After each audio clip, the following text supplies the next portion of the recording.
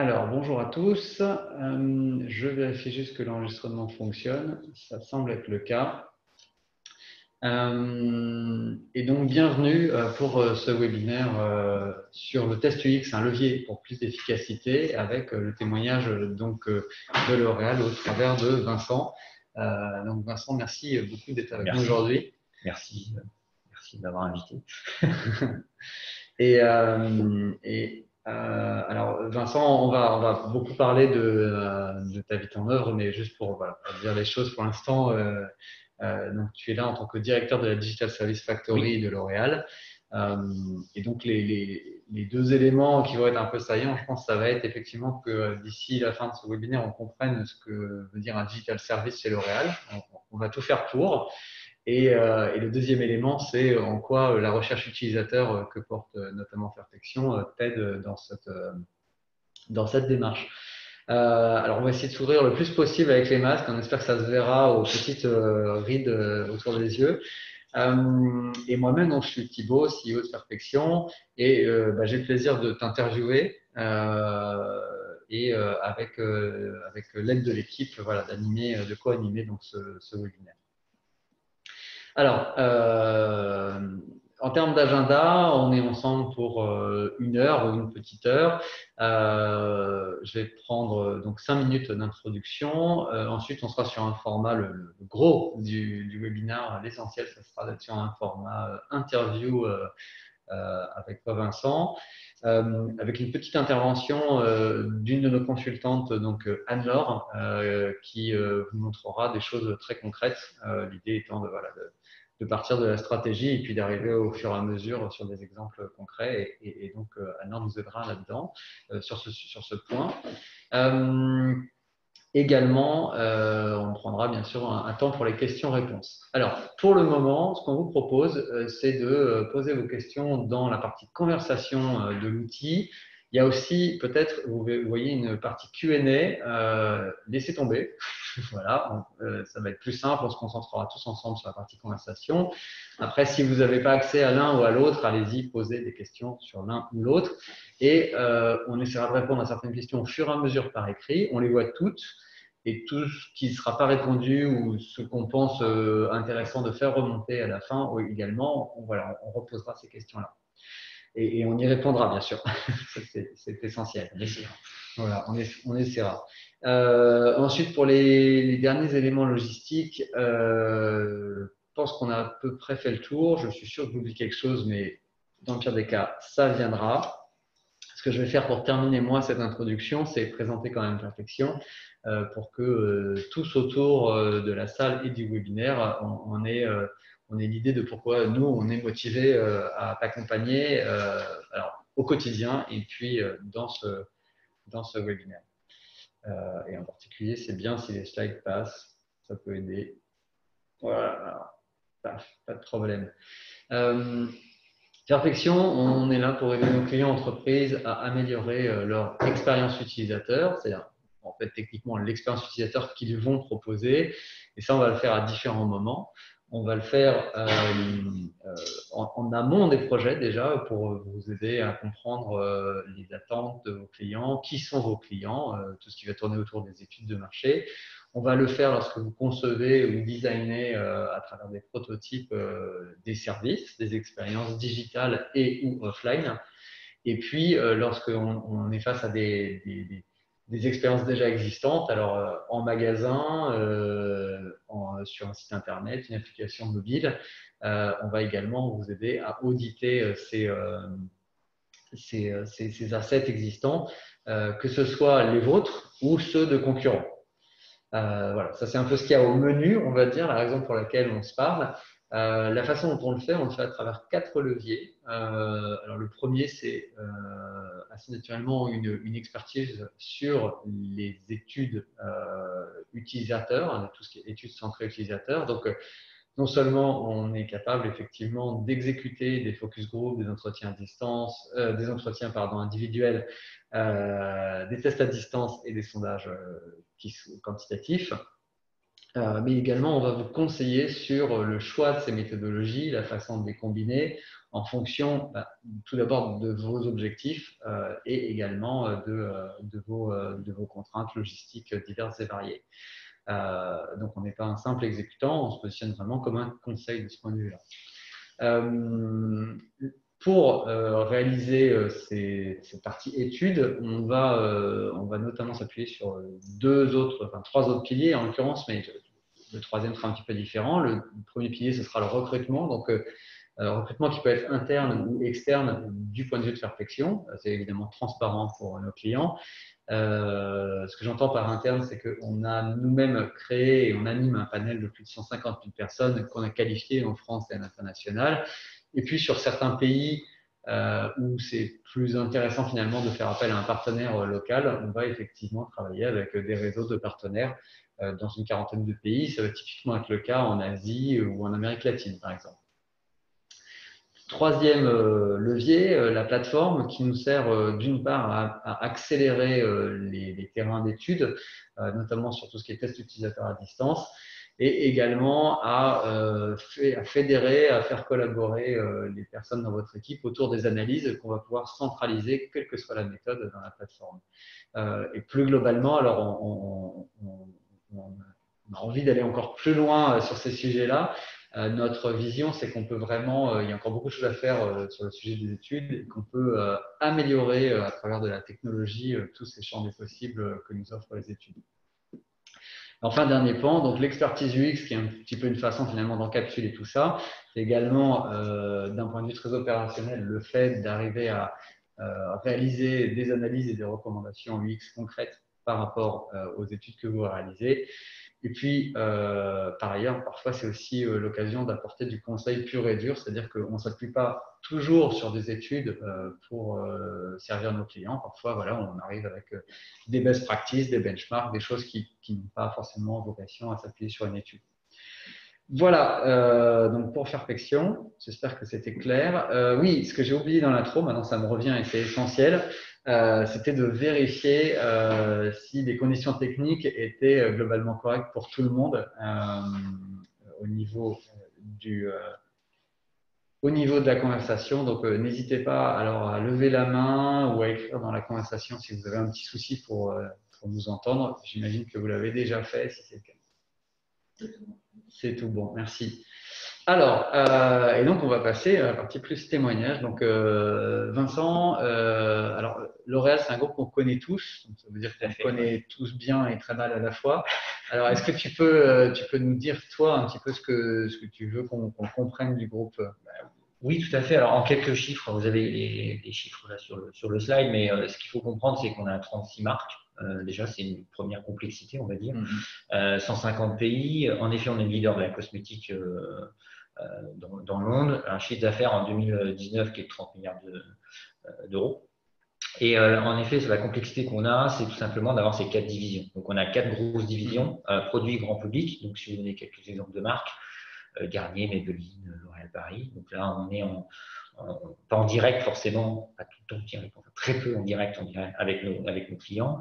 On a la partie de luxe avec toutes les marques Lancôme, Yves Saint Laurent, Armani, Biotherm, Kiehl's, etc. Les produits professionnels, là, on répond vraiment aux besoins du coiffeur et du styliste. Donc là, les Kérastase, Matrix, Redken et L'Oréal Pro pour ceux qui connaissent. Et puis la dernière, qui est Cosmétique Active, qui est vraiment toute la division qui sert les dermatos, les pharmacies et donc Vichy, La Roche-Posay, toutes les marques en effet de la cosmétique, dermocosmétique. Donc une variété de marques et une variété de channels de distribution. Très clair. Et si on regarde un peu plus la partie chiffre d'affaires, tu nous disais en préparation que la partie e-commerce et business est importante, significative. On est à 20%. On est à 20% à date et depuis quelques mois, je pense que c'est le cas pour beaucoup de personnes qui nous ont rejoints, ça a énormément accéléré depuis quelques semaines, mois, on va dire depuis février-mars. Mais nous sommes à 20% du chiffre. Voilà, donc c'est quand même assez considérable. Alors, on va dire 6 milliards d'euros si on fait la traduction. C'est des sommes qui sont quasi vertigineuses en termes de digital. Et donc, la Digital Service Factory, alors, je m'excuse par ailleurs pour tout le monde, je pense qu'à chaque fois, je vais devoir passer 2 slides et revenir en arrière. J'ai le bug du 2 slides, mais qui est très gérable et on peut vivre avec. Donc, ce qu'on se disait, c'est que effectivement, la Digital Service Factory est un des piliers en fait de cette accélération du business et du e-commerce. Alors déjà, voilà, à nouveau, parle-nous un petit peu plus de cette équipe que tu diriges. Alors, on a été créé en 2018, c'est assez nouveau. Donc 2018, on a 2 autres factories. On a des factories d'e-commerce et des factories de sites plutôt non marchands, qui sont importants, des sites de marque.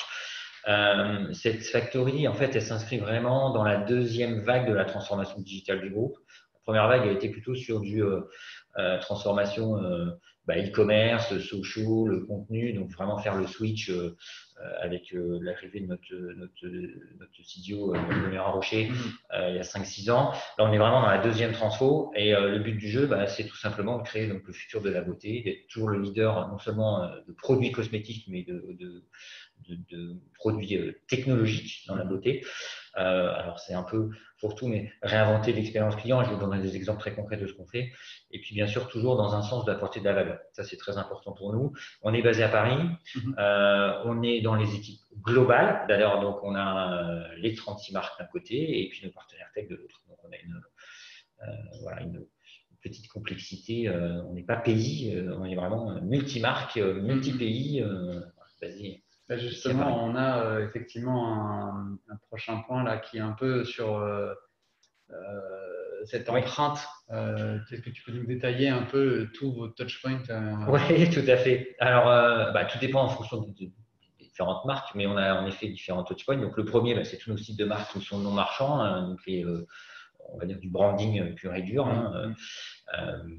Et on a un écosystème assez important de sites sur ces sites de marque. On a bien sûr la partie commerce, nos propres sites d'e-commerce, principalement les sites qui sont dans le luxe, si vous avez Lancôme, etc., donc Armani, vous pouvez acheter directement les produits sur ces sites qui sont maintenus par nous. Un troisième qui est non négligeable, c'est tous nos retailers, tous nos partenaires retailers, que ce soit du Amazon, du Watson, etc. Et ce qui est intéressant, c'est que on a des partenariats très forts avec ces retailers-là et que à l'origine, on vendait du produit, ces retailers, et dans une logique de vendre aussi du service, que ces services soient aussi disponibles chez ces retailers, via, et j'en reviendrai après, via un de nos partenaires maintenant qui a été racheté par L'Oréal en mars 2018, qui s'appelle Modiface, qui était un leader, en fait, une start-up leader de la réalité augmentée dans la beauté, qui nous permet tout simplement d'offrir ces services aussi à nos retailers. Donc cette partie est très importante pour nous. La quatrième partie non négligeable, bien sûr, c'est tout ce qui est social media. Et là, on a des partenariats très très forts avec les Google, Insta, Facebook, etc., Pinterest, Snap, où on met à disposition également nos services et on va même très loin avec des partenariats beaucoup plus liés aux produits et à l'amélioration. Je reviendrai, je vous montrerai des exemples, mais tout ce qui est rendering, tracking de nos services, de la réalité augmentée avec ces partenariats. Un autre point qui est important, parce qu'on a quand même on a des boutiques également en propre pour nos marques de luxe, avec tout ce qui est les expériences qu'on peut apporter en magasin. Donc retail, il y a plein de choses qu'on peut apporter. J'ai mis des exemples, par exemple, de la vending machine, quelque chose qui a très très bien marché et qui marche super bien en Asie, qui sont la vending machine revisitée avec de la réalité augmentée. Où vous pouvez essayer votre maquillage de mascara dans les shopping malls et acheter directement le produit dans une machine. Donc, vous voyez, on va très loin dans la mise à disposition de ces services. Et puis, les 2 autres aspects qui sont les apps, on va dire, plutôt B2C et B2B, parce qu'on des apps plutôt conso, même si on est moyennement fan des apps conso, il faut qu'il y ait une vraie raison d'être de développer ces applications. On a quelques-unes quand même qui sont un gros succès dans le groupe, dont une qui s'appelle Steinmeier, pour ceux qui connaissent la division des produits professionnels, mais qui est vraiment pour aider les femmes et les hommes à trouver le meilleur coiffeur, etc. Et on peut même essayer ces différentes colos. Et puis, on a des applications qui sont plus des applications en interne. Toi et moi, du coup. Voilà, donc je pense que nous, on est très bien. Ouais, on est parfait. On est tout à fait la cible parfaite. Et puis, toutes les applications B2B et B2E, alors c'est plus des applications soit pour le coiffeur, soit des applications pour le dermato, ou soit des applications pour la BA, donc ce qu'on appelle la BA, c'est l'assistante, la beauty assistant. Alors la vendeuse, si vous voulez, mais c'est quand même un job qui est un peu plus,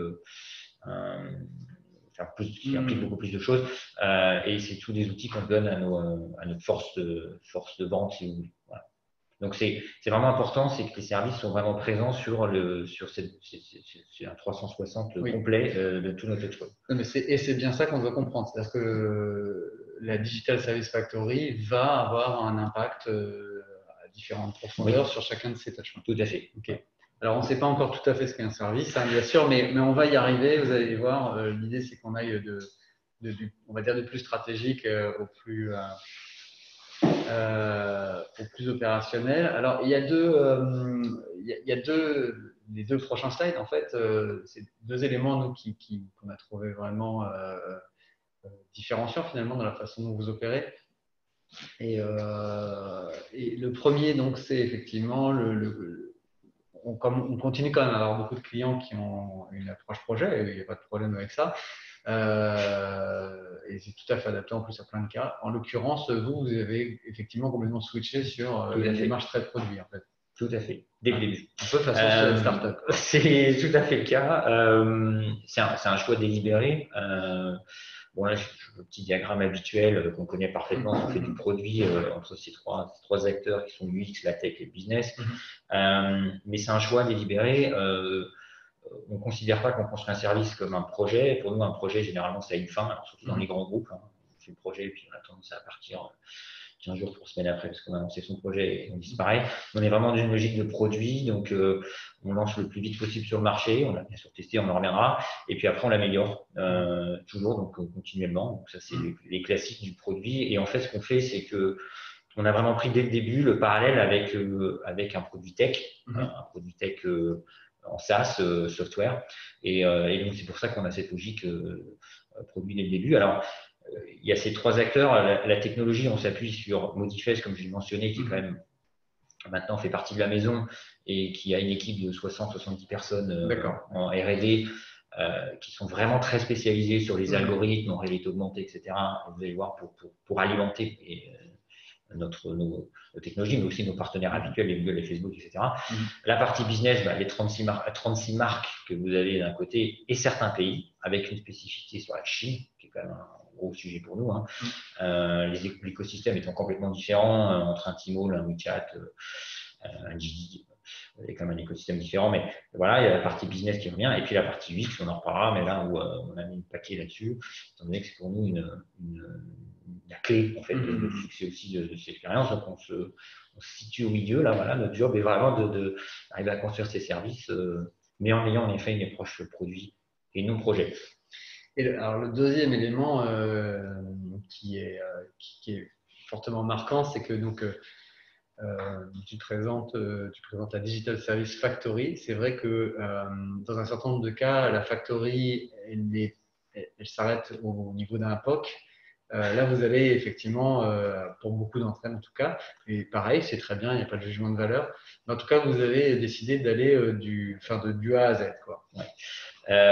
Bon, alors, j'aime bien l'époque, j'ai rien contre l'époque. Enfin, pour ceux qui connaissent les grands groupes, ce que j'appelle la POC mania, c'est quand même un sacré souci, c'est-à-dire qu'on a tendance à lancer du POC dans tous les sens et ça apporte pas forcément de la valeur, même si c'est des super exercices pour en apprendre toujours quelque chose. Mais en effet, nous, l'accompagnement se fait de l'idée au scale-up, avec deux objectifs qui sont mentionnés ici, mais qui sont super importants, la vitesse et la capacité de déployer sur toutes les plateformes et sur tous les pays.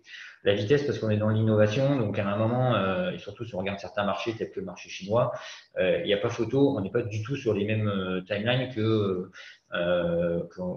potentiellement en Europe, même aux États-Unis. Il faut absolument qu'on ait cette capacité d'innover très rapidement et d'aller très vite, et avec cette capacité de scale. Donc oui, on accompagne sur toute la longueur, toute la vie, on va dire, de ce service qui va s'améliorer, un nouveau champ produit. Avec une petite complicité que j'ai mentionnée là, parce qu'elle n'est pas négligeable, mais ceux qui travaillent dans les petits ou grands groupes, ou pas forcément nombre de startups comprennent très bien. On a d'un côté 36 marques, donc on a entre guillemets des teneurs d'ordre, ou en tout cas on a plein d'idées qui arrivent de marques, de business. Et puis on a quand même l'utilisateur final, hein, qui est quand même pour moi le principal client qui va utiliser nos services. Et donc c'est pas toujours très facile voilà, des fois on parle pas forcément le même langage, et puis on a une certaine très bon équilibre entre ces deux clients, dont un qui est interne et puis l'autre, bien sûr, plutôt externe. Bon, ça fait partie typiquement des choses dont tu vas nous reparler en plus. Donc, puisque c'est vrai que bon, on l'a tous vécu et tu as plein de choses à dire là-dessus. Alors, attendez. Alors, donc maintenant un peu plus concrètement, comment vous concevez un service en fait? Alors, alors là, ce que vous voyez, c'est le schéma en 6 étapes. Ce schéma a pas mal évolué. Il n'est pas non plus, c'est pas révolutionnaire. Hein, c'est ce qui existe partout. Partout, vous pouvez le retrouver partout. Il y a beaucoup de. Il n'y a pas toujours les logos perfection. Non. J'expliquerai un petit peu plus en détail. C'est plutôt voilà, des méthodes de design thinking, vous avez parlé, c'est tous les sujets à mode, mais ce qui est important, c'est qu'on va donc vous pouvez retrouver le double diamant habituel, la partie build et validate, mais en effet, ce process a pas mal évolué en plus de 2 ans. Bon, la première partie est très importante pour nous, la partie brief, qui est là où vraiment on décide ou non d'aller un peu plus loin. C'est-à-dire qu'on a la priorisation go no go, buy or make. C'est très important pour nous. C'est vraiment comprendre le besoin, de s'assurer qu'on ne parle pas que juste tech en priorité, etc. Donc c'est là où les choses peuvent devenir on va dire assez viriles dans certains cas, pour vraiment comprendre le besoin, pour travailler les customer journey, les personas, les manifestos. Donc on a quelques artefacts qu'on utilise pour vraiment le comprendre. On suit le workshop habituel de design sprint qui nous permet de sortir un prototype, et puis après on a un modèle de build et après on continue. Ce qu'il faut savoir, c'est que pour répondre quand on construit un service, on ne construit pas pour une marque. C'est pour ça que cette première partie est très importante sur le Explore et Define. On décide de construire en marque blanche. Donc, on copie exactement, et de nouveau, je fais le parallèle avec le monde du produit et de la tech et du software. C'est que ce qu'on construit, on construit en marque blanche, c'est-à-dire qu'on voit tous les besoins arriver des marques et on décide, comme vous pouvez prendre un Salesforce ou quels que soient les gros logiciels tech que vous avez sur le marché. Et après, la marque viendra dans un second temps le customiser. Donc, tout ce qui est UX, et on en reparlera, tout ce qui est UX est le même. Voilà. Donc, c'est très important cette partie-là pour s'assurer qu'on ne construit pas quelque chose qui est vraiment très spécifique à une marque, et ce n'est pas du tout le cas. D'où l'importance d'avoir quand même un process assez rodé pour pouvoir s'assurer que ce qu'on construise répond bien aux besoins du client et puis puisse se scaler, puisque je suis de nouveau pas forcément dans du POC. Et là, il y a trois petits logos en effet de Fairfiction, avec 3 moments qui sont très importants pour nous dans la construction en fait, de notre service. Même si à l'origine, je t'avoue qu'on était plutôt juste à droite, oui, à droite, et que en début 2018, on était vraiment qu'à droite, voire très très à droite. On était déjà on avait bien lancé, et après on se disait peut-être que c'était intéressant de faire des tests en fait, comprendre si notre truc fonctionnait ou pas, et puis qu'en pensaient nos clients. Donc maintenant, on a quand même bien avancé étape par étape. On s'est remis au milieu, donc on teste nos prototypes, et puis on est dans première étape qui est de dire si vraiment on comprend absolument rien, les besoins, si c'est pas clair du tout sur la partie d'exploration, c'est là qu'on va faire aussi appel sur la recherche pour essayer de comprendre un peu plus les besoins. C'est généralement là où il y a besoin d'aide pour s'assurer que ça ne part pas dans tous les sens. D'accord. Oui, ce que tu évoques, c'est ce qu'on vit dans un certain nombre de cas, c'est-à-dire que au fur et à mesure qu'on apprend tous à travailler ensemble sur cette recherche utilisateur, on s'aperçoit que le plus tôt, c'est le mieux. En fait. Oui, tout à fait. Alors, on a une question. Oui, justement, parfait. La question, c'est bonjour, quel est le modèle économique avec les entités du groupe avec qui vous travaillez? Alors, je vais répéter la question simplement, je ne sais pas si tout le monde l'a entendu. Donc, quel est le modèle économique avec les entités du groupe avec lesquelles tu travailles? Alors, le modèle économique sur cette partie de Factory, il est relativement simple, c'est pas si simple que ça, mais il y a un certain coût qui est rechargé. Alors, nous, à la marque, mais à la division. Ok, voilà. Très bien. Très clair. Alors, un peu justement, parce que là, on aborde, et tu as commencé à en parler toi aussi, on aborde un peu les fondamentaux qui font que, ou la discipline qui fait qu'un tel process peut fonctionner, parce que le process, effectivement, il est très joli, il est classique, enfin voilà. Mais effectivement, si je me fais l'avocat du diable, un des risques, c'est l'explosion en vol. On rate des étapes, on bypass des choses, etc. Alors, on avait préidentifié ensemble 4 points. Hop, je suis désolé, je continue avec mon double clic. 4 points donc qui sont un peu les règles sur lesquelles vous ne voulez pas passer outre finalement, alors, notamment en matière de recherche utilisateur. En l'occurrence, est-ce que tu peux nous en parler? Bon, il y a 4 points qui sont importants. Donc le pourquoi, bon déjà, alors après, c'est le pourquoi je fais mon étude, c'est bête, mais dans la première étape, quelquefois, c'est pas clair. Donc, par exemple, c'est souvent le cas, et je pense que si vous travaillez dans les grands groupes, tout le monde le connaît. On a je donne l'exemple typique, le persona marketing versus le persona client. Voilà. J'aimerais bien. On s'imagine tous que nous avons la Gen Z comme cliente sur toutes les marques, qui représente 80%. Bon, c'est pas du tout le cas, mais dans certains cas, voilà, il y a aussi ce.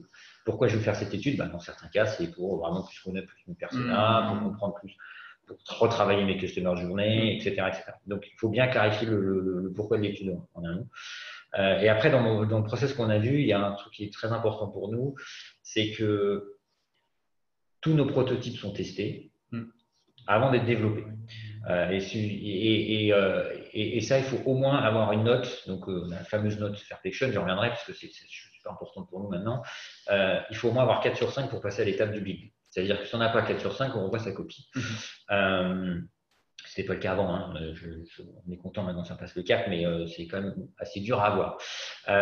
Donc le 4 est obligatoire pour passer à l'étape d'après. Aussi un point très important, puisqu'on a parlé du scale et de cette capacité à être partout dans tous les pays, quelles que soient les plateformes, c'est qu'on teste, quand on fait des tests, et tu as parlé de ton panel de 150 000 utilisateurs qui vont tester. C'est très important pour nous d'avoir des tests qui sont faits aussi bien. Alors, très franchement, on ne fait pas la France généralement. Soit c'est le Canada, le Brésil, le UK, avec une partie également sur la Chine et l'Asie, donc Corée ou Japon. Mais c'est très important pour nous dès le début d'avoir cette vision multi-pays pour s'assurer que l'UX qu'on construit est de nouveau en marque blanche, qu'on soit vraiment sur quelque chose qui va répondre en termes d'UX à tous nos demandes. Et si on travaille bien son besoin en amont, et qu'on a bien compris quel était le pain point du client, l'UX, normalement, les deux se correspondent bien. Et puis, la release majeure, donc, comme je suis dans du produit, je suis pas du projet, c'est continuel. Donc, on a lancé, c'est super, on a plein d'idées, on revérifie, on les reteste avant de les développer. De nouveau, on repasse dans la boucle habituelle du test quali. Ok, merci. Et effectivement, c'est important d'avoir aussi ces règles qui expliquent pourquoi le process fonctionne. Alors, on n'est pas 20 000, très franchement, il n'y en a pas beaucoup. Non, mais voilà, 4 qui sont… Voilà, sur lesquels tu déroges pas. Oui. Alors, et puis avant qu'on rentre un peu plus dans des exemples de services, oui. Peut-être on peut conclure cette partie-là de l'interview sur les bénéfices justement que vous en retirez. Oui.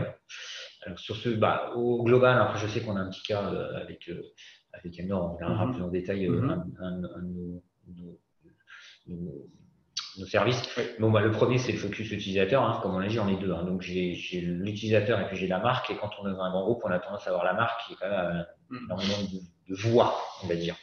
Donc, il faut toujours recentrer et dire, écoutez, voilà, la voix du client, du conso versus la voix de la marque. Donc, ça, c'est toujours intéressant d'avoir ça. Bon, il y a toujours aussi le côté très analytique, c'est contrebalancer le côté émotionnel. Hein. Je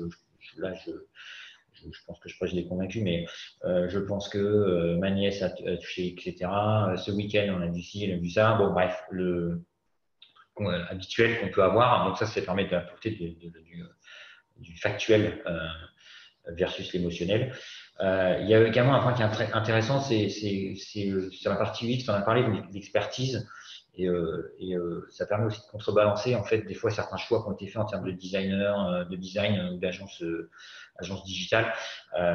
C'est vrai que là-dessus, il y a quelquefois certains points qui sont développés, enfin, qui peuvent paraître un peu à la mode par certains designers, station de plaisir, il faut que c'est fancy, etc. J'ai vu, c'est top, donc ça permet de contrebalancer.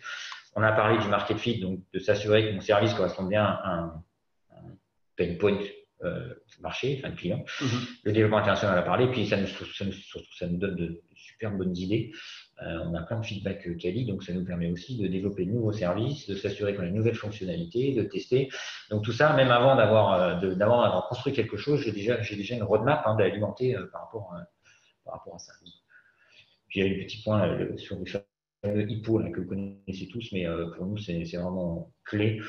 L'avis de certains key stakeholders qui ont tendance à mettre beaucoup de poids versus l'avis du client. Est-ce qu'on voit Non, on ne voit pas. On ne voit et pas. Le temps que tu règles ça, j'ai une question pour Oui. toi, Vincent. Bonjour, comment avoir une UX monde et une UX par pays pour éviter la moyennisation? Alors, je répète, oui. Comment avoir une UX monde et une UX par pays pour éviter la moyennisation? Alors, nous, on ne fait pas la moyennisation. On a une UX qui est… On n'évite pas, c'est-à-dire c'est un parti pris, on a une UX monde, mais il faut bien la travailler en amont. Cette UX monde doit prendre en compte les besoins des pays. Il y a quand même certaines spécificités. Je parlais de la Chine tout à l'heure. Il y a quand même quelques features qui sont développées spécifiquement pour la Chine. Tout dépend de l'écosystème qu'il peut y avoir. Mais même on a eu un débat en interne, je donne des exemples de la Chine, sur la Chine qui demandait une UX très spécifique. Et en fait, on s'est rendu compte qu'en prenant l'UX qu'on avait développé, bien sûr en collaboration avec la Chine, mais pas que la Chine, avec les autres pays, de nouveau, on récupère les besoins qui viennent des marchés. On s'est vite rendu compte qu'en fait, il y avait une incompréhension entre UX et UI. J'ai rien que ça. L'UI chinoise est en effet différente. Et beaucoup de pictos, c'est quand même super animé, c'est pas du tout la même façon de travailler l'UI. Et l'UX est la même, l'UI est différente. Okay. Et on s'avère qu'on en reparlera avec Anor, mais sur le dernier skin analysis et le skin diagnostic qu'on a développé, il s'avère que la meilleure marque, la meilleure note qu'on a récupérée, c'est sur la Chine, avec une UX qui est la même pour tous les pays et qui correspond très bien au modèle chinois. Par contre, de nouveau, la complexité, c'est de faire bien la différenciation entre l'UX et l'UI. L'UI est en effet complètement différente et c'est ça qu'il faut aussi prendre en compte. C'est hyper intéressant. Je vais commencer à faire mon timekeeper pour qu'on ait bien le temps. Donc là, on a 3 exemples de services. Donc de mémoire, tu voulais que je lance les vidéos et que tu puisses les commenter. Je vais commenter rapidement, mais alors je pense qu'il y en a certains qui connaissent, mais voilà quand je parle de services, les exemples de services, donc c'est des services qui sont de nouveau disponibles sur n'importe quel touchpoint, n'importe quel canal. Le premier, ça vous permet tout simplement d'essayer virtuellement le maquillage. Voilà. Le deuxième, c'est tout ce qui est coloration. Vous pouvez imaginer, on a eu un énorme boom pendant le Covid sur ce type de service pour les marques grand public, parce que les coiffeurs étaient fermés. Donc voilà, vous pouvez essayer vos différentes colorations. Et puis le dernier, qui est ce qu'on appelle un skin analysis diagnostic, donc dans ce cas spécifique, vous prenez tout simplement un selfie et l'algorithme va reconnaître les signes cliniques de votre peau. Alors pas tous, certains ne sont pas avec une photo, on ne peut pas tous les découvrir, mais vous répondez quelques questions et on fait une prescription basée, une recommandation, prescription basée sur ces signes cliniques. Donc, c'est 3 exemples. On a une vingtaine de services dans le catalogue, pour info. Donc, ça, c'est les 3, ce qu'on appelle les Hero Services, qui sont alors vraiment partout, toutes marques et tout pays confondu et toutes plateformes confondues. Et alors sur Skin Doctor, pour voir justement un peu l'évolution, donc tu partages avec nous en avant-première la nouvelle, voilà, comme l'évolution de la prochaine version. Voilà, c'est après plusieurs. Alors c'est les marques blanches, hein, ça c'est des exemples de marques blanches, c'est-à-dire que c'est le même service qu'on vient de voir, Skin Doctor. Voilà, en version, qui est une nouvelle version qui arrive, donc il faut dire qu'on évolue et on en reparlera avec Anne-Laure sur toutes les évolutions et tous les tests que nous faisons pour améliorer. Et du coup, comme c'est des marques blanches, les idées ou les améliorations, elles viennent d'où? Elles viennent directement de vous, des marques, des consos? Ouais. Alors, d'où viennent les idées? D'où viennent les idées? Les idées viennent de nous, des consos, des marques. Elles viennent de partout. Et après, on a un process également pour trier toutes ces idées. De nouveau, on n'a rien à réinventer. Hein. On a les process habituels qu'on trouve dans le monde de la startup. On a un process RISE qui nous permet de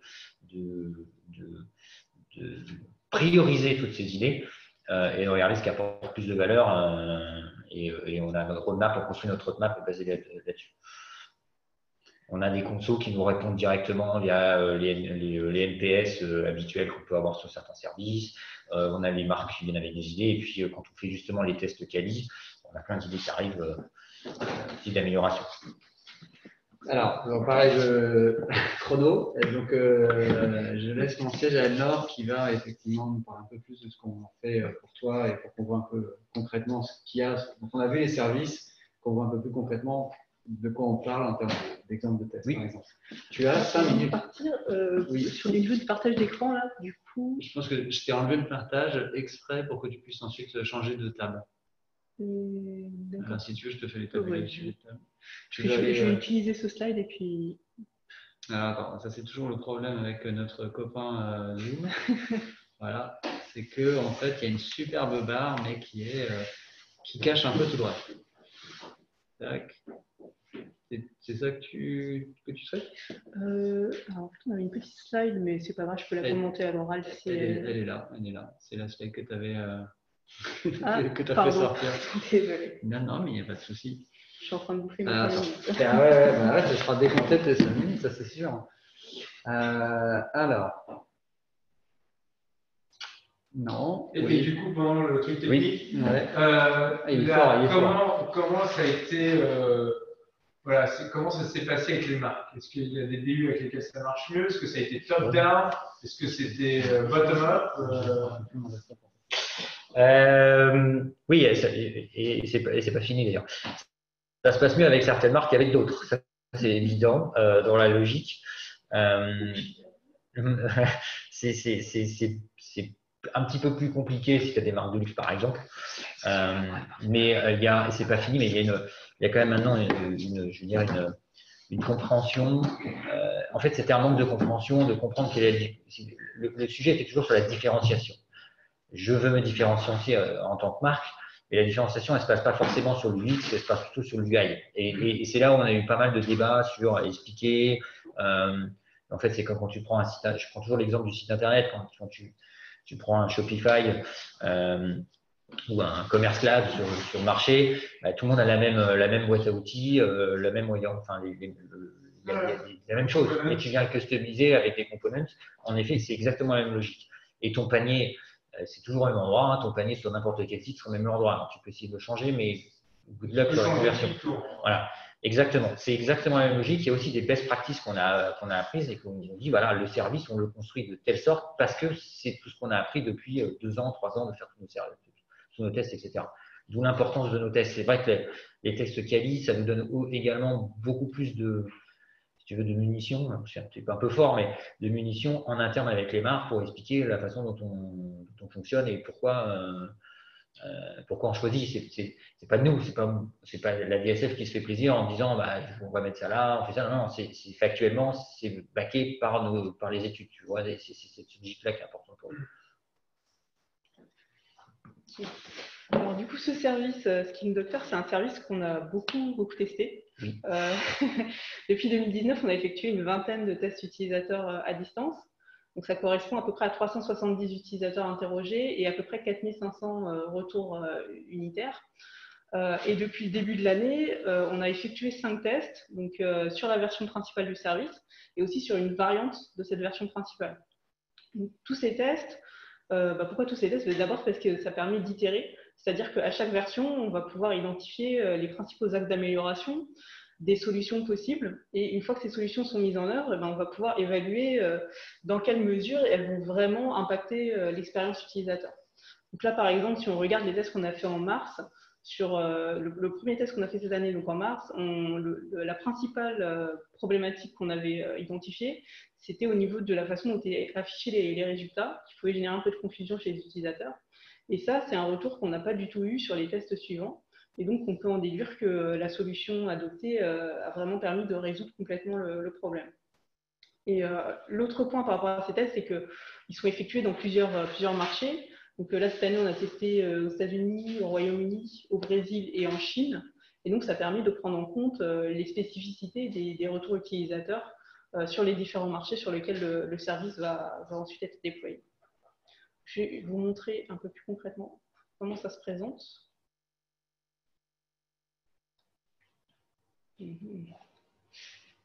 Ah, pardon, je pense que j'ai fait exactement la même chose que toi, Thibaut. J'ai sauté 3 slides en même temps.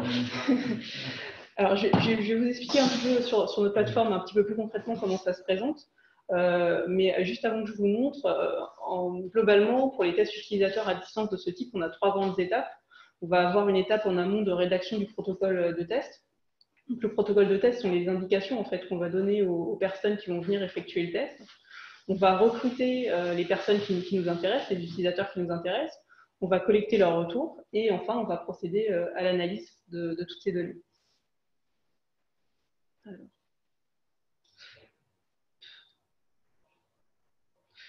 Donc voilà, sur la plateforme, en fait, pour chaque test utilisateur à distance, on va avoir un écran récapitulatif comme celui-ci. Donc là, c'est un test Skin Doctor qu'on a effectué cet été. Et donc, vous allez avoir... oui, effectivement, il y a pas mal de tests. Et donc, pour chacun de ces tests, vous avez un écran récapitulatif similaire et avec toutes les données de l'étude.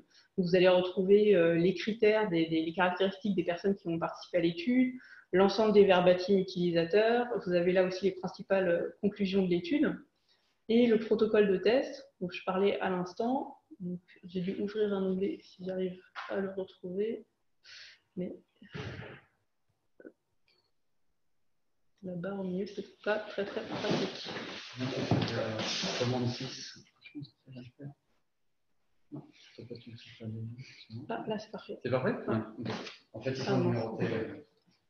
Je vais passer par là. Donc, le protocole de test, ça se présente comme ça. Vous avez une petite introduction et puis une dizaine d'étapes. Donc, en fait, c'est un peu comme un scénario de test que vont jouer les utilisateurs. On leur donne des tâches à effectuer, on leur demande de nous expliquer leur ressenti. Donc là, par exemple, si on regarde l'étape numéro 3 de ce test, on a demandé aux utilisateurs d'aller regarder les résultats de leur diagnostic de peau sur le sujet spécifique des rides et ensuite de nous commenter leur expérience. Donc, chaque utilisateur va passer par toutes ces étapes et ensuite, on va leur poser 1 à 5 questions post-test, des questions ouvertes ou fermées, qui permettent de récolter quelques informations supplémentaires sur le ressenti général de l'utilisateur. Donc, tous les utilisateurs vont passer par toutes ces étapes et ils vont nous faire leur retour directement sur la plateforme. Donc, voilà comment ça se présente. Là, vous avez une liste de retours utilisateurs sur une des étapes du test. Donc, pour chaque retour, vous avez la personne qui a écrit ce verbatim. Là, on a une femme de 39 ans qui habite à Dallas. Les utilisateurs vont dire si c'est un retour plutôt positif ou plutôt négatif. Et en fonction, on aura soit un pouce vert, soit un pouce orange. Ils vont donner un titre synthétique à leur retour et ensuite ils vont expliquer un peu plus en détail leur ressenti. Et chacun de ces verbatims va être illustré avec soit une capture d'écran, soit une vidéo. Et donc on va retrouver tous ces éléments sur la plateforme qu'on peut exporter, filtrer, on peut leur attribuer des tags, ce qui permet de faciliter ensuite l'analyse. Et donc, on va se baser sur toutes ces données pour produire l'analyse finale. Donc là, vous avez un exemple de rapport d'analyse complet. Donc, dans ces rapports d'analyse, on va revenir dans un premier temps un petit peu sur les méthodologies utilisées, sur les objectifs de l'étude, sur le protocole de test utilisé, sur les caractéristiques des personnes qu'on a interrogées. Ensuite, vous allez avoir des éléments plus synthétiques comme le score global qui a été attribué par les utilisateurs à l'expérience, le taux de satisfaction aux différentes étapes du test, les principaux points positifs, les principaux axes d'amélioration, sachant que pour les axes d'amélioration, il peut y avoir des degrés de priorité. Bien sûr, il y a des choses qui sont un peu mineures et puis d'autres qui sont réellement bloquantes du point de vue de l'expérience. Vous allez avoir aussi une partie plus détaillée sur l'ensemble des enseignements de l'étude avec à chaque fois des illustrations sous forme de verbatim d'utilisateur. Et enfin, une partie recommandation où on va essayer de trouver des solutions pour répondre aux principaux enjeux qui ont été identifiés dans le cadre de l'étude.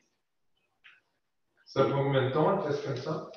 Alors, ça prend 2 semaines à partir du moment où on s'est mis d'accord sur le protocole de test. Il y a toute une phase amont où on va échanger pour être sûr d'avoir le protocole de test qui correspond vraiment à vos enjeux.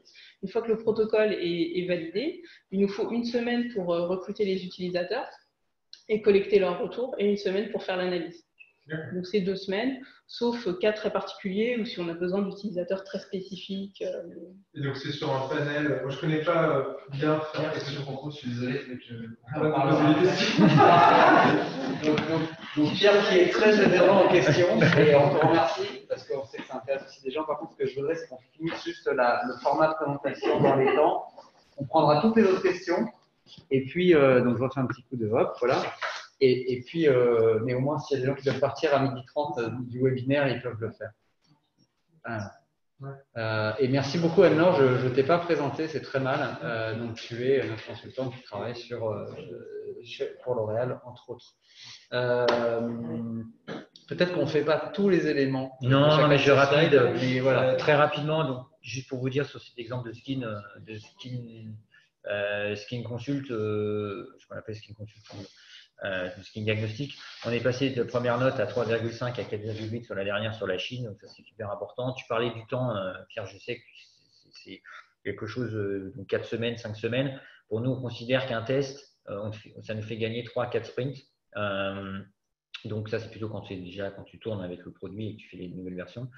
Et puis un point qui est pour moi crucial, et je le répète à chaque fois, et ça c'est vraiment la grosse différenciation, c'est que vous avez vu les exemples de variantes. Donc je dis toujours, la réponse c'est pas A ou B, et c'est ce que nous permet de faire ces tests. C'est que généralement c'est un mix, c'est la réponse c'est C, c'est-à-dire que c'est un bout de A, un bout de B, etc. Et ça vraiment, ces tests-là, c'est ça que ça nous permet de faire. C'est d'affiner à chaque fois en trouvant la meilleure solution, le meilleur UX pour y arriver, parce que la réponse, c'est vrai que c'est pas noir, enfin c'est pas noir et blanc, c'est pas un B. Et ça, c'est vraiment un point qui est vraiment voilà, important. Et puis je laisse. Voilà, les gens auront lu effectivement sur la partie changement humain, mais effectivement, ça s'accompagne d'une conduite du changement qui est très forte. Et on est très fiers, à titre voilà, un peu égocentrique, de l'importance que le score a pu prendre, mais c'est surtout la conduite du changement. Alors, donc là, on a parlé de Skin Doctor, mais plus globalement, les résultats de DSF, peut-être tu peux commander juste 1 ou 2 chiffres. Oui, alors juste pour info, lorsque vous avez vu les trois services, les Hero Services, tout ce qu'on fait ici depuis janvier 2018, on ne fait pas juste pour le fun. En conversion, c'est 1 x 3 en moyenne, sur quand même quand un utilisateur ou une utilisatrice utilise ce type de service. On est à plus de 20% sur la commande moyenne. Voilà, on a les engagements qui sont de 7 minutes, on récupère énormément d'infos. Vous pouvez imaginer en termes d'infos, même si elles sont anonymes, nous ne gardons aucun selfie par exemple, c'est très, très important pour nous. C'est des données qui sont anonymes, on récupère comme des infos sur la peau, sur le type de femme, etc., l'âge, sur les concerns, si je prends l'exemple du Skin Analysis. Si on prend la déclinaison de nos vingtaines de services et qu'on les met sur toutes nos plateformes pour vous montrer précédemment, on est à plus de 860 services qui sont toutes plateformes confondues, tous pays confondus, qui sont live depuis 2018. Donc, de nouveau, je reprends deux points qui est important pour nous, qui sont le rollout, donc le scale et cette capacité de vitesse. Ça, c'est très important. Voilà, on a sur les 36 marques, on travaille avec 23 marques pour l'instant. On travaille pas avec toutes les marques et certaines marques sur lesquelles sont petites niches avec qui on ne travaille pas. On est dans 80 pays et puis on a 14 distributeurs qui sont nos partenaires et qui utilisent nos technologies. Donc, si vous allez par exemple sur l'application Amazon, pas le site mais forcément l'app Amazon, Watson, etc., utilisera les technologies développées par les équipes. Donc, voilà. Top. Alors, on est quasiment au bout. J'aurais toujours pas appris à me servir du prix. On avait fait effectivement cet exercice ensemble de regarder les 4 points qui nous avaient vraiment marqué. Donc, je l'ai fait hyper vite. J'espère que tu ne me contrediras pas, mais effectivement, de partir toujours d'un besoin, sinon on ne va pas être capable d'amener une proposition de valeur qui a du sens, de tester régulièrement et en commençant tôt.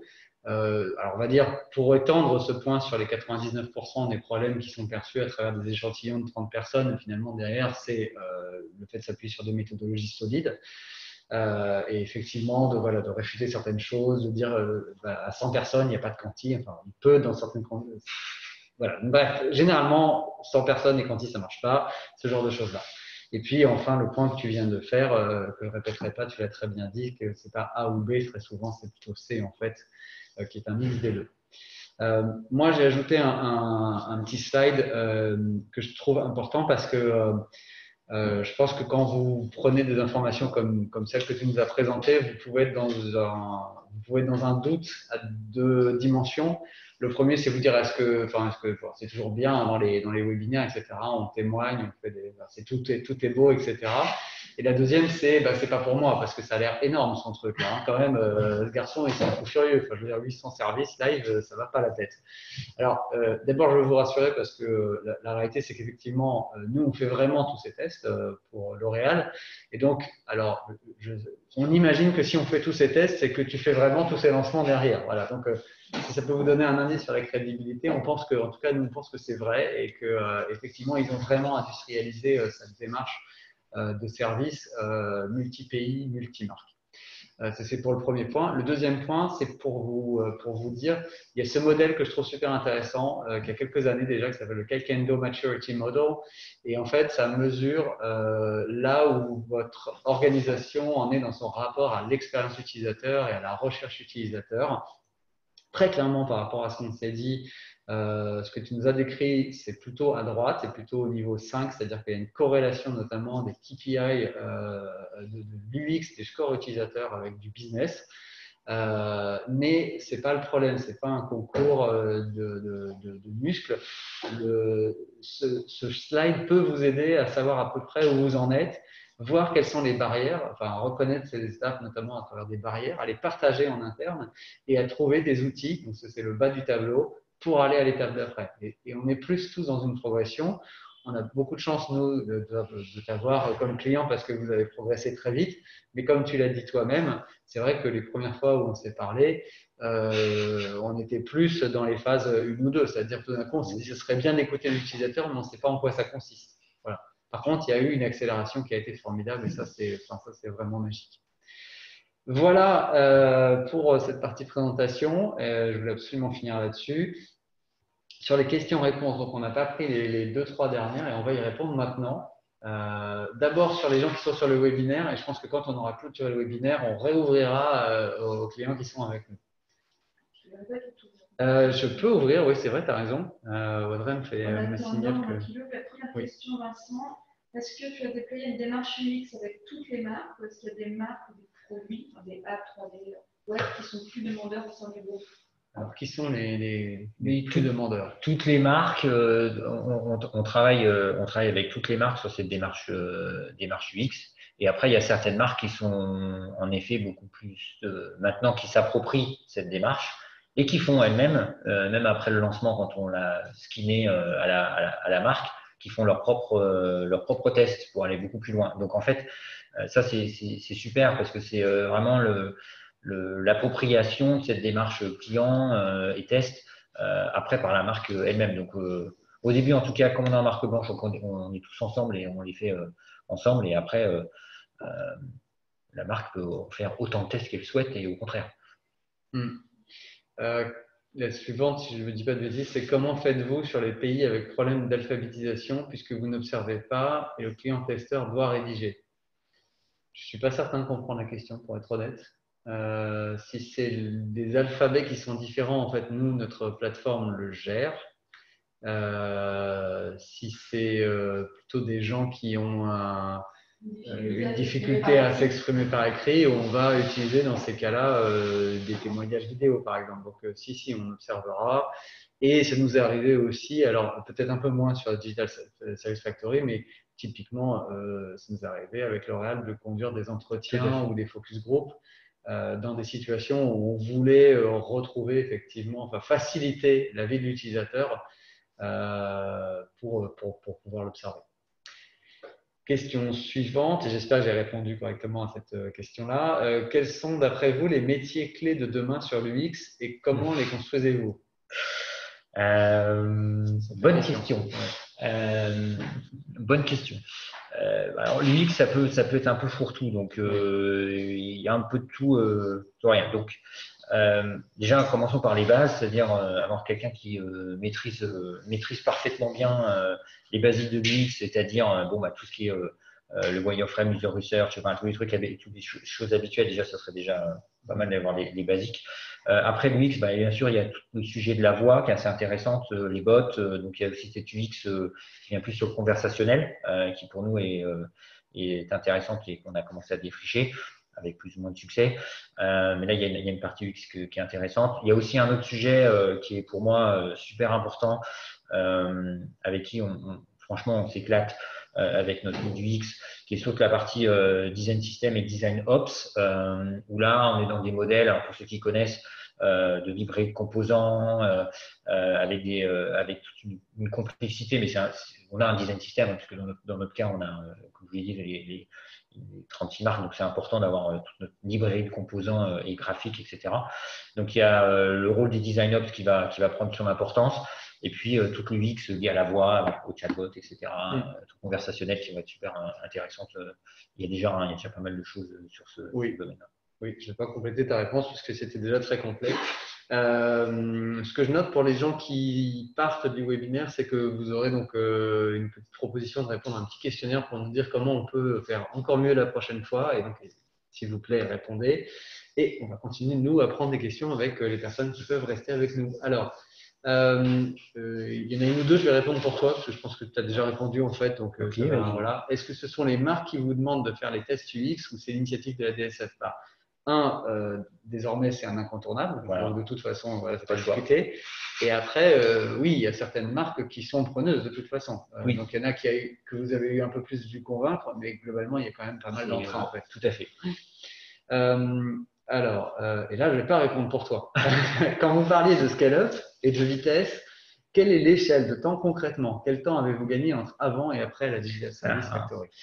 Alors, tout dépend du service. En scale, si je vous donne un exemple, pendant la période du Covid, on a développé un exemple de service qui est ce qu'on appelle le one-to-one consultation, c'est-à-dire la capacité d'avoir une conversation, c'est un peu le WhatsApp, hein, si vous voulez, ou FaceTime, avec une beauty advisor en boutique. Bon, la grosse différence, c'est qu'à l'intérieur de cet outil conversationnel, de cette vidéo, si vous voulez, vous êtes capable de lancer ce que vous avez vu tout à l'heure, c'est-à-dire ce qu'on appelle l'essai virtuel, c'est-à-dire que là, vous allez avoir une conversation avec votre biais, ce beauty assistant, mais elle va en live, vous allez pouvoir tester des produits sur vous, donc vous allez pouvoir voir les différents produits, etc. Ça, c'est 5 semaines de développement en mode commando avec les équipes de Modiface et à fond pour le sortir, puisqu'il y avait quand même un enjeu lié au Covid. Après, si on prend sur des services qui sont en développement là pour l'instant, certains, c'est presque un an. Pourquoi? C'est pas forcément la partie que vous avez vue de compréhension du besoin, ça va assez vite si c'est bien travaillé, etc.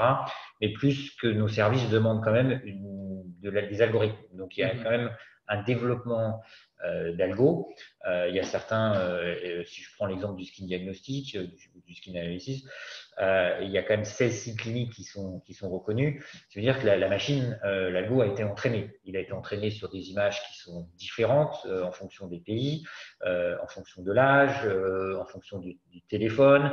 Entre un Huawei et un iPhone, vous avez des qualités d'image qui peuvent être différentes, etc., en fonction de la lumière. Donc tout ça prend du temps. Et pour nous, c'est très important justement cette capacité à avoir des algorithmes qui sont cartons, enfin qui sont bien développés, avec aussi dans certains cas, on a quand même des claims, des brevets, des patterns qui sont déposés, etc. sur certains algos. Donc ça prend du temps. Donc voilà, pour en revenir à la question, ça peut être si les algos sont déjà disponibles, on est sur 4-5 semaines à 2 mois de développement, et puis dans certains c'est un an parce que si on prend de l'idée jusqu'au lancement, ça peut être un peu plus loin en fonction des algorithmes qu'on développe. Très clair. Toutes les marques sont-elles sur la même plateforme? Si oui, comment gérez-vous les déploiements? Beau petit sujet. Oui, elles sont toutes sur la même plateforme. Le déploiement est un très très bon point. Vous avez vu 860, on installe, donc j'ai oublié de le mentionner, mais on les a créés en marque blanche, mais la façon dont ça a été développé, et ça c'est tout le crédit à l'équipe tech, donc ça a été développé, c'est développé de ce qu'on appelle en mode snippet, c'est-à-dire que c'est qu'une ligne de code que vous allez installer sur quelle que soit la plateforme. C'est pour ça que ça va très vite aussi en termes de déploiement. Et on s'appuie sur des autres factories qui sont déjà existantes. J'en ai parlé, il y a la factory d'e-commerce et puis la factory de marque brand. Et en fait, le développement, nous, on développe, si vous voulez, ce corps modèle en forme de composants. On parlait tout à l'heure de composants. Donc, on développe ce composant, cette snippet qu'on va venir installer très rapidement sur n'importe quelle plateforme. Ce qui permet d'aller également aussi plus rapidement. Les rollouts, c'est un vrai sujet parce qu'il faut accompagner les marques. Donc, il faut aussi, c'est le sujet là qu'on est en train de travailler ensemble avec l'équipe. J'ai fait venir un membre de l'équipe qui va s'occuper. Alors, ça va faire un peu rigoler pour ceux qui sont dans le monde de la startup, parce qu'on est je copie-colle ce qui se passe dans le monde de la startup, mais un customer success, donc qui va venir accompagner les marques non seulement au setup, à l'implémentation, à l'intégration, etc.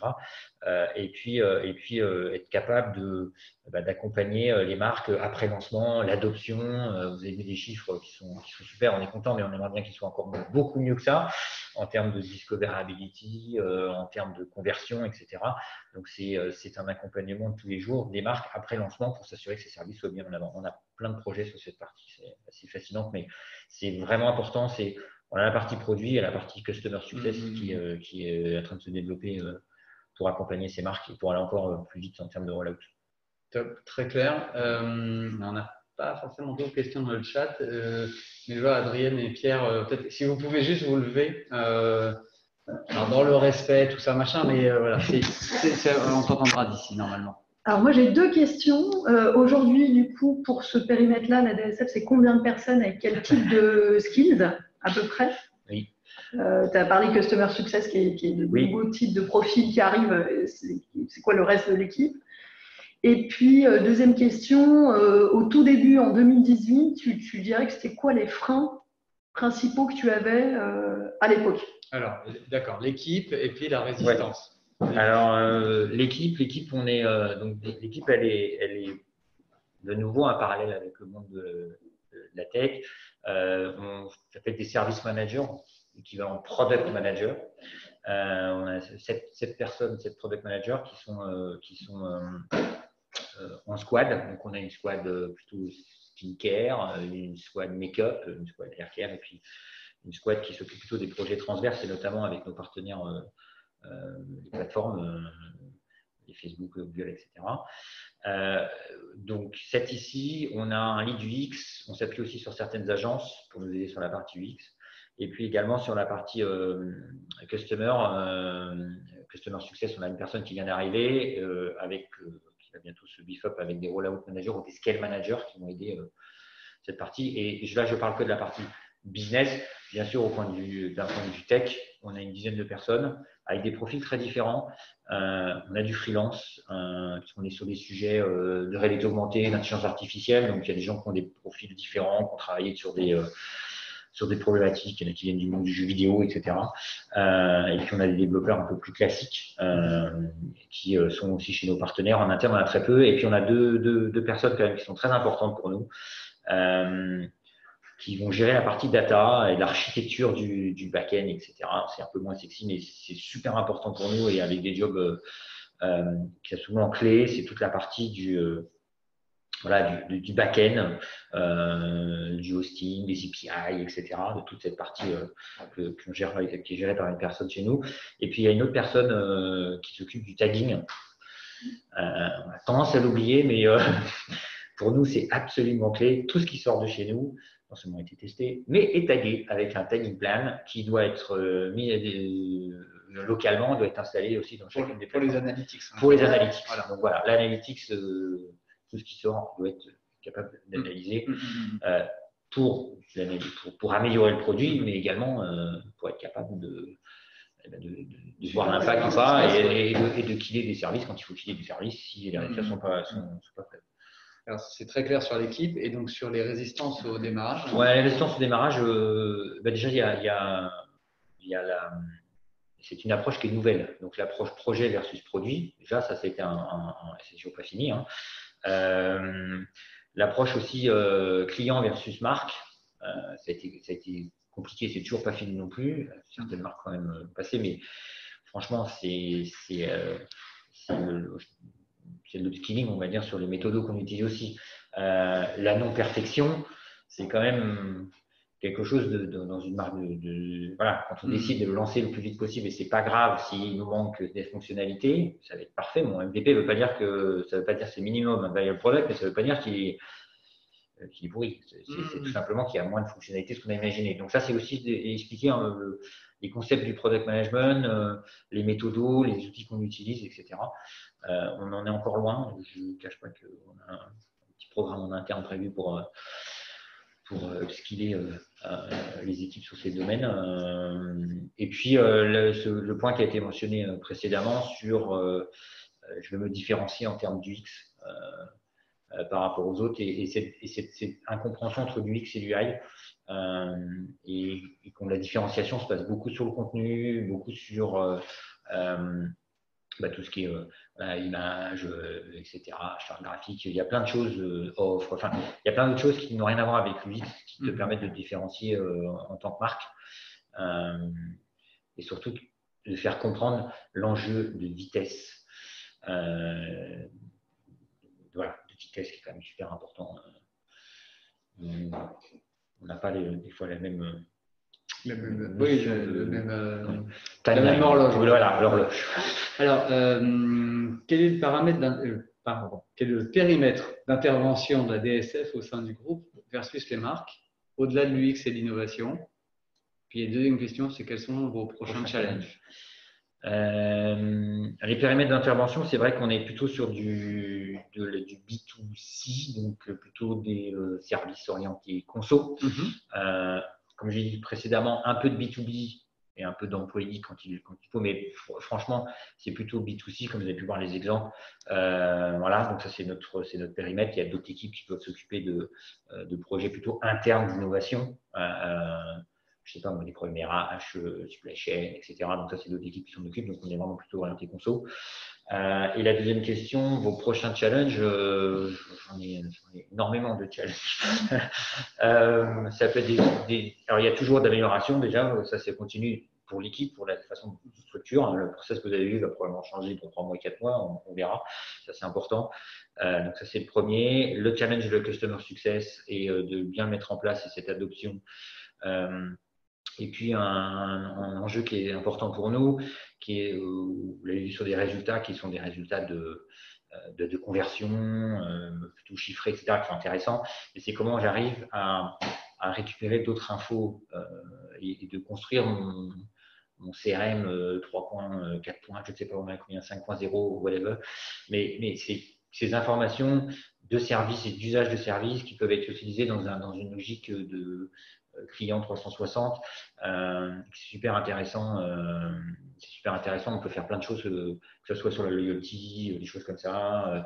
Si je vous donne un exemple, vous utilisez un service en ligne, vous n'avez pas acheté le produit, vous envoyer un petit coupon ou pour faire une petite une visite dans une boutique, pour faire un soin, etc. Donc il y a plein de choses que vous pouvez imaginer basées sur ce type de service, et tout en sachant que nos prochains challenges, c'est d'aller encore plus loin dans la personnalisation. Ça, c'est un vrai sujet pour nous. Jusqu'où on peut aller dans la personnalisation. Après, il y a plein d'autres sujets super excitants également. Top. Pierre, est-ce qu'il te restait des questions?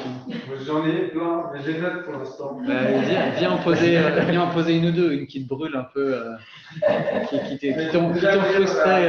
Donc ça, c'est pas. Là, moi, je vais en poser deux.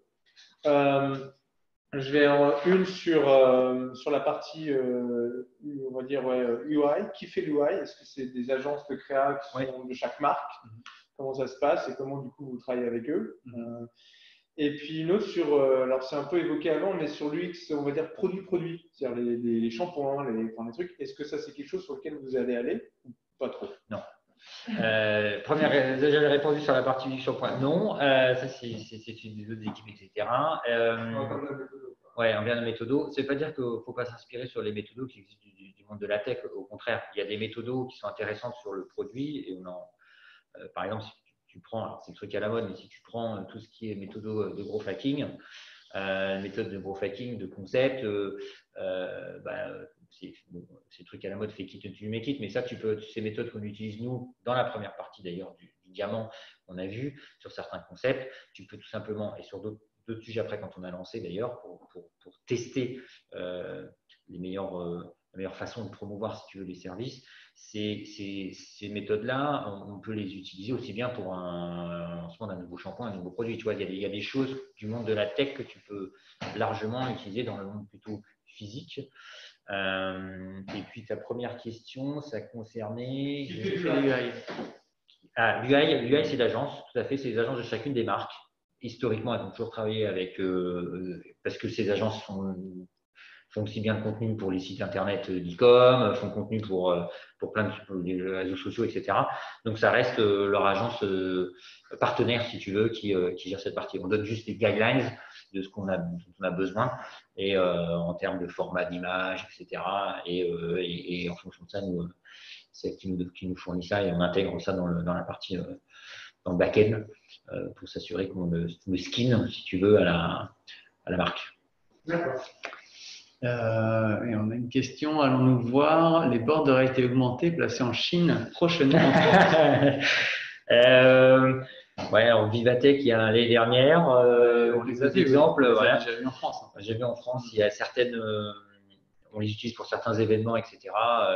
C'est déjà c'est un cas, mais c'est vrai qu'en Chine, particulièrement en Asie, c'est quand même le déploiement est quand même assez conséquent. Et il y a même, pour la petite histoire, il y a des photos assez intéressantes où il y a des gens qui font la queue dans les shopping malls juste devant une machine, alors qu'il y a des boutiques de beauté concurrentes dans le mall juste à côté où il n'y a personne, et il y a tout le monde qui fait la queue juste pour aller tester la machine et avoir des produits. Mais voilà, c'est déjà le cas, de façon moins importante en Amérique que sur l'Asie. Top. Ce que je vous propose, c'est qu'on clôture cette partie webinaire, et puis on peut partager un petit peu un moment de convivialité ensemble avec les gens qui sont sur place. Vincent et les autres personnes présentes, je vous remercie infiniment de leur participation, et toi particulièrement pour ton témoignage. N'oubliez pas, quand vous quittez, de répondre aux petits questions de satisfaction qui nous aident à nous progresser. On est ravis d'avoir pu faire ce webinaire avec vous, et puis on espère à très bientôt pour parler recherche utilisateur. Merci. Merci à tous.